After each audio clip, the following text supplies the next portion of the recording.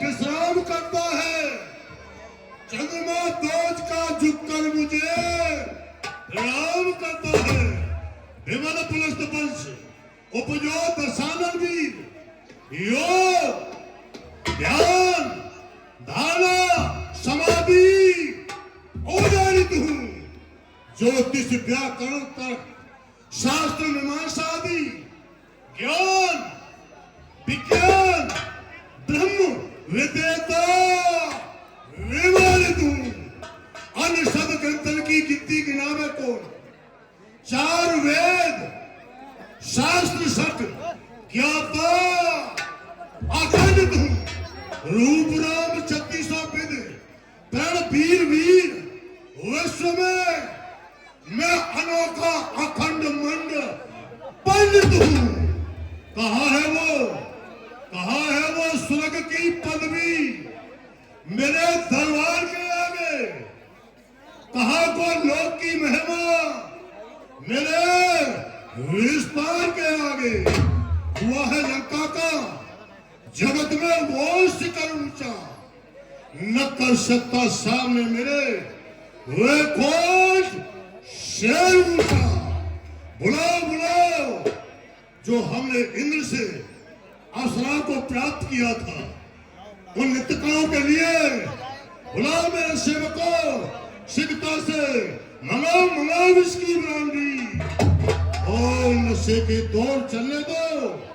बुलाओ गायका को घुंघरू पैरों के बजने दो।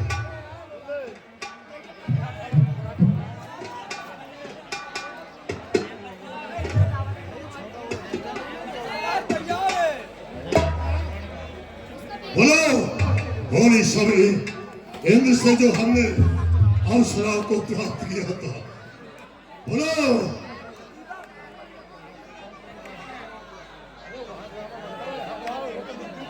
कही आता कि आज लंका में इतने योद्धा होते हुए कोई दिखाई नहीं दे रहा है।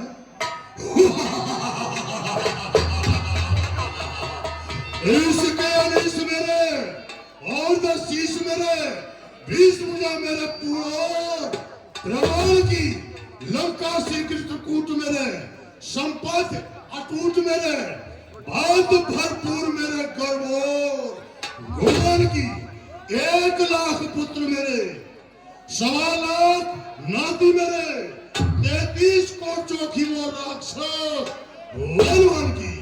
अब पृथ्वी पर राक्षसों का एक समूह बहुत बड़ा है। सरकार जय शंकर जी। शिव क्या खबर लाए हो।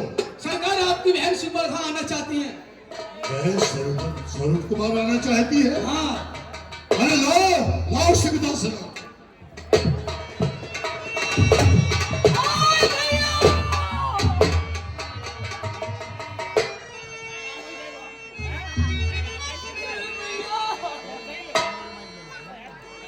स्वरूपा ये तेरी दशा क्या है। पितामह ब्रह्मा का जब तूने तप किया था तो पितामह ब्रह्मा से तूने वरदान लिया था कि मेरे समान कोई स्त्री सुंदर नहीं होनी चाहिए। तो तेरे रूप की सुंदरता की चर्चा तो 3 लोकों में होती है। आज ये तेरी दुर्दशा क्या है। ये पद्मवाणी किसने की। किसका जमाना फिर गया। कौन से बल भक्त पर खेमा काजा का गिर गया। जाहे निशा मुजरिम का कर उसको सजाए मौत दूं चढ़ाकर फांसी के फंदे पर उसे मुल्के आदम को भेज। ये तेरी दशा किसने की है। भैया गुना के राम लगान इस गंडक पन में आए हैं। इस गंडक पन में आए हैं। सब में सुकुमारी सी नारी वो साथ में उड़ जाए हैं।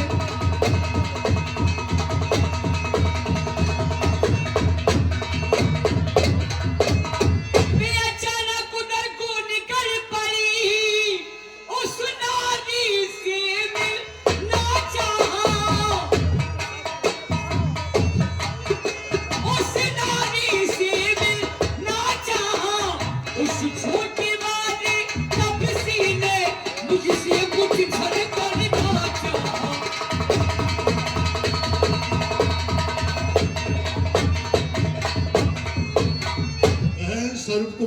हाँ जब छोटे तपसी ने तुझसे छल करने का दम भरा, हाँ तो क्या तूने उनसे मेरा नाम नहीं लिया?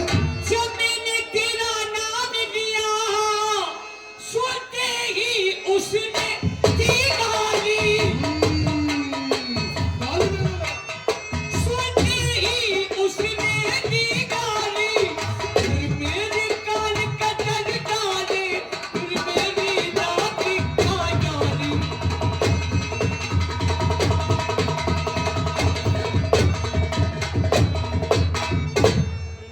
अब मेरी नाक गई सो गई, अब अपनी नाक संभालो तुम, अब अपनी नाक संभालो तुम। इस जग में कोई नाम बड़ा कनक का नाम रखा। तूने अभी कहा है कि यदि जग में ऊंचा नाम नहीं तो लगता नाम भराओ तुम। हाँ कम नाक न हो तुम उनकी भी, मैं नाक नहीं अब रखूंगा। नथनों से भेजे को निकाल, मिर्चों का नाश होने दूंगा। नारी की नाक काटने में होती है ऊंची नाक नहीं, अब लाभ पर हाथ उठाने में उठती है ऊंची घात नहीं। मैं चलूं नाक की सीधवी, नाके पर उनको पकड़ूंगा। तेरी आंखों के आगे दोनों की नाक लगा दूंगा, बल्कि लेंगे नाक से उनके नकेल डलवा दूंगा। यमपुर का नाका दिखलाकर बस नाक को चले चला दूंगा।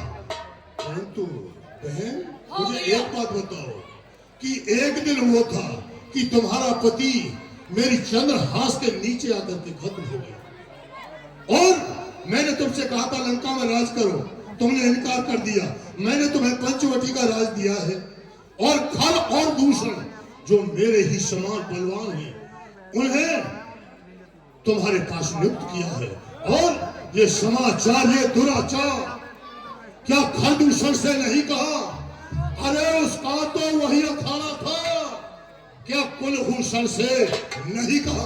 भैया मैं उनके पास में गई थी, लेकिन 14,000 सेना के साथ भैया समाप्त हो गए।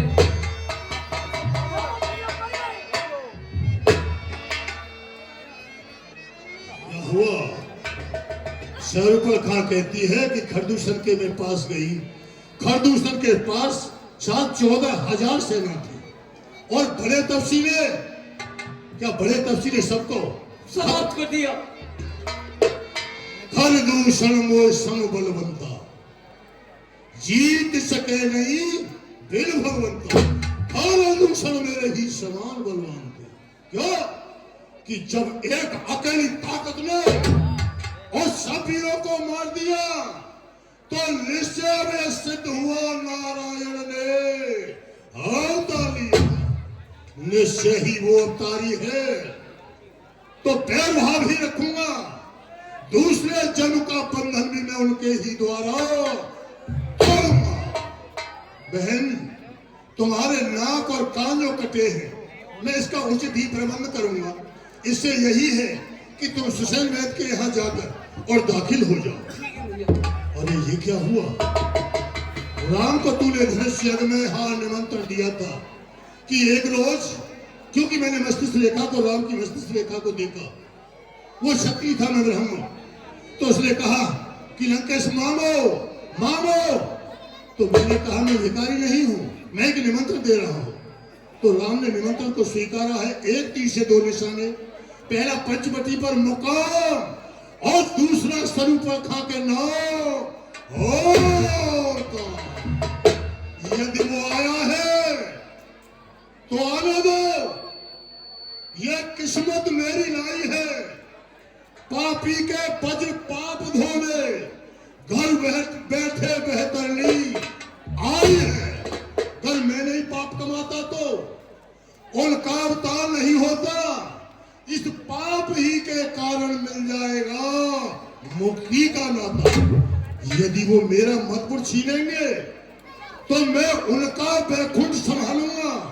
इस कागज रूपी छाती पर मैं उनसे ही लिखत घड़ा लूंगा। परंतु राम आया है, इधर ये शरीर तामसी हो गया है। 1 लाख पुत्र 1.25 लाख नाती है, भजन होता नहीं है। और जब भजन नहीं होगा तो संसार सागर से पार होना असंभव है। शरीर तामसी है, यज्ञ जब तक कुछ नहीं बनता। अब तो उपाय एक है, क्या है कि राम से यदि आया है तो पैर बढ़ाया जाए। परंतु पैर बढ़ाया कैसे जाए? राम के सामने जाना तो एक लोहे के चने चबाना है। मुझे अपना काम निकालना है, न कि झगड़ा फैलाना है। कैसे पैर बढ़ाया जाए, क्या किया जाए? ओ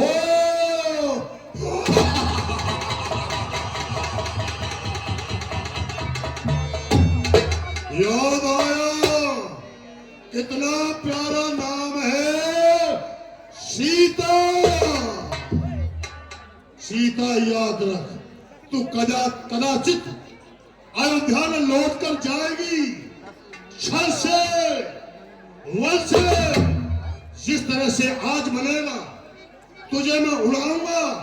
तेरी अपूर्व सुंदरता से इस लंका की रौनक बढ़ाऊंगा। मगर अकेले से काम बनना ये दुश्वार है।